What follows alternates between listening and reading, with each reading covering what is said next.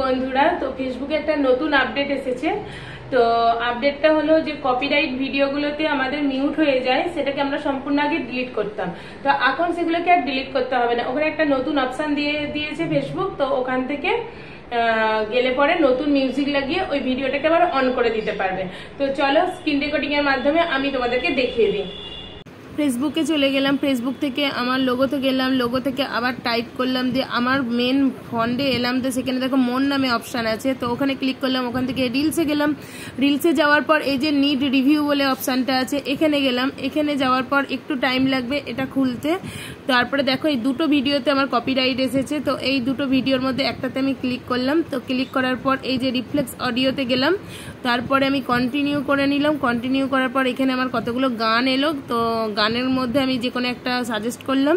Suggest করার পর এটাকে আপডেট করে দিলাম। তো ওপরে দেখবে আপডেট অডিও বলে লেখা থাকবে, ওই আপডেট অডিওতে গিয়ে আপডেট করে নিও।